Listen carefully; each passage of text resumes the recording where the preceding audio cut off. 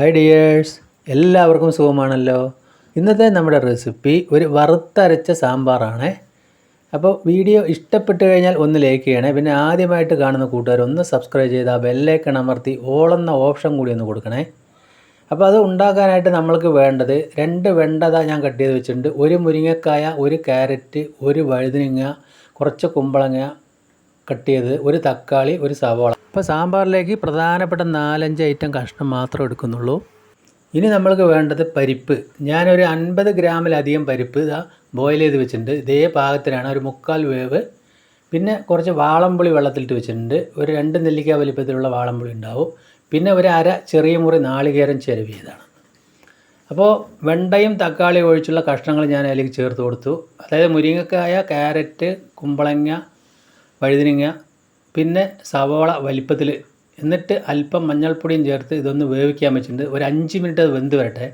ഒരു fry pan അടുപ്പത്ത് വയ്ക്കുക. അര ടീസ്പൂൺ ഓയിൽ ഒഴിച്ച് കൊടുത്തു. അതിലേക്ക് ആ വെണ്ട ഒന്ന് വഴറ്റിയെടുക്കണം.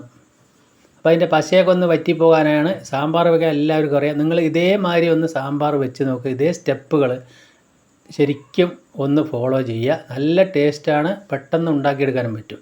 ഇനി നമുക്കത് വറുത്തെടുക്കാനായിട്ട് ഒരു ചീനിച്ചട്ടിയിൽ 1.5 ടേബിൾ സ്പൂൺ ഓയിൽ ഒഴിച്ചു. 3 ചെറിയ കട്ടക്കായത്തിൻ്റെ പീസ് അതിലേക്ക് ഇട്ട് കൊടുത്തിട്ടുണ്ട്. അതൊന്ന് നല്ലപോലെ ഒന്ന് മൊരിയിക്കുക. അത് മൊരിഞ്ഞ് വരുമ്പോൾ തന്നെ നമ്മളൊരു 1.25 സ്പൂൺ മല്ലി, ഒരു 7 വറ്റൽ മുളക് എരിവിന്, പിന്നെ ഒരു 1/4 സ്പൂൺ ഉഴുന്ന് പരിപ്പ്, 1/2 സ്പൂൺ അളവിൽ കുരുമുളക്. അപ്പോൾ കുരുമുളക് നിർബന്ധമായിട്ട് ചേർക്കുക, നല്ല ടേസ്റ്റ് ആയിരിക്കും. ഒരു 7-8 വെള്ളുള്ളി അല്ലി ചേർത്തിട്ടുണ്ട്. ഒരു 6 ചുവന്നുള്ളി വൃത്തിയാക്കിയത് അതും കൂടി ചേർത്തു. ഇനി അതിലേക്ക് ഒരു 1/4 സ്പൂൺ ചെറിയ ജീരകം കൂടി ചേർത്ത് നല്ലപോലെ ഒന്ന് മൊരിഞ്ഞതിന് ശേഷം ആ നാളികേരം ചിരവിയതും കൂടി ചേർക്കുക. എന്നിട്ട് നല്ലതുപോലെ ഒന്ന് ബ്രൗൺ കളറാകുന്നവരെ നമ്മൾക്കൊന്ന് വറുത്തെടുക്കണം. അപ്പോൾ നമ്മൾ തീ പ്രത്യേകം ശ്രദ്ധിക്കേണ്ടതുണ്ട്. ലോ ടു മീഡിയം ഫ്ലെയിമിൽ വെക്കുക.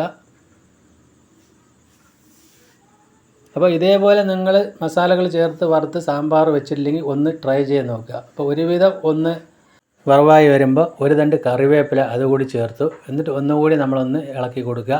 ഇപ്പോൾ തീ ഒന്ന് കുറച്ച് കൊടുക്കണം. ഏകദേശം നമ്മളെ വറവ് ഇവിടെ റെഡിയായി തുടങ്ങി. ഇപ്പോൾ കണ്ടില്ലേ, അതിലെ എണ്ണ, തേങ്ങയിലെ എണ്ണയെല്ലാം ഊറി വരുന്നുണ്ട്. ഇപ്പോൾ ഞാൻ അതിൻ്റെ ഫ്ലെയിം ഓഫാക്കി. എന്നിട്ട് ചൂട് അല്പം ആറിയതിന് ശേഷം മിക്സിയുടെ ജാറിലിട്ടിട്ട് വെള്ളം തൊടാതെ അരച്ചെടുത്തിട്ടുണ്ട്. എല്ലാ മസാല വറുത്തും ഇതേമാതിരി വെള്ളം തൊടാതെ അരച്ചെടുക്കുക.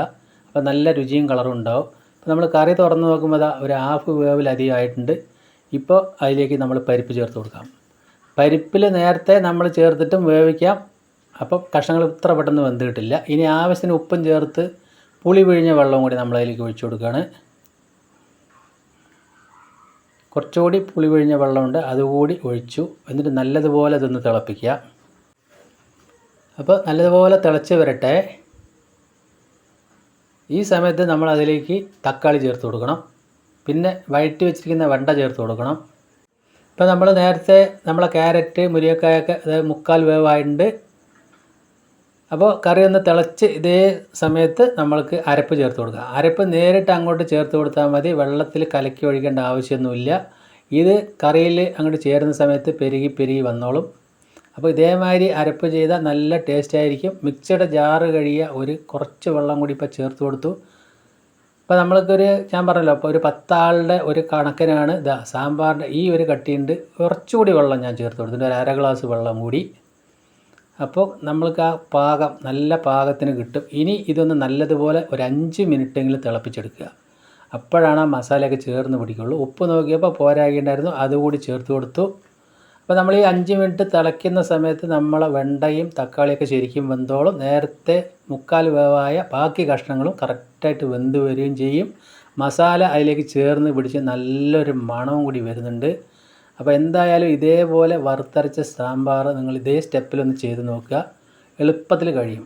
പിന്നെ ഒരു 2 ചെറിയ ശർക്കര തുണ്ട് കൂടി ഇപ്പോൾ അതിലേക്ക് ചേർത്തു. അപ്പോൾ നല്ലൊരു ടേസ്റ്റും ആയി. അപ്പോൾ എൻ്റെ വീഡിയോ നിങ്ങൾക്ക് ഇഷ്ടപ്പെട്ടെങ്കിൽ ലൈക്ക് ചെയ്യണേ. ഇനി നമ്മൾ ലാസ്റ്റായിട്ട് നല്ലപോലെ മല്ലിയില കൂടി ഒരു കൈപ്പിടി അതും കൂടി ചേർത്താൽ നല്ല സൂപ്പർ സാമ്പാറായി. നല്ലൊരു മണമാണ്, നിങ്ങൾക്ക് കാണുമ്പോൾ തന്നെ അറിയാൻ പറ്റും. ഞാൻ അതിൻ്റെ ഉപ്പെല്ലാം നോക്കി, പുളിയെല്ലാം നല്ല ടേസ്റ്റാണ്. ഇപ്പോൾ അതിൻ്റെ ഫ്ലെയിം ഓഫായി കൊടുത്തു.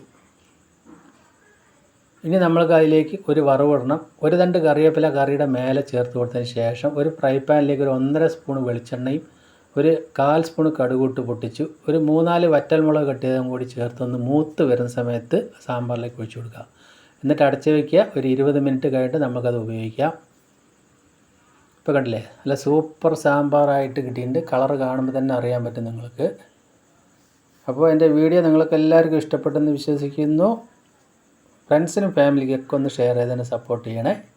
അപ്പോൾ ചോറിലേക്ക് ഇന്ന് നമുക്ക് സാമ്പാർ, ഒരു കൊത്തവര ഉപ്പേരിയാണ്, പിന്നെ ഒരു ഓംപ്ലേറ്റും ഉണ്ട്. സൂപ്പറായില്ലേ? വീണ്ടും നല്ലൊരു വീഡിയോ ആയിട്ട് കാണാം. Thank you.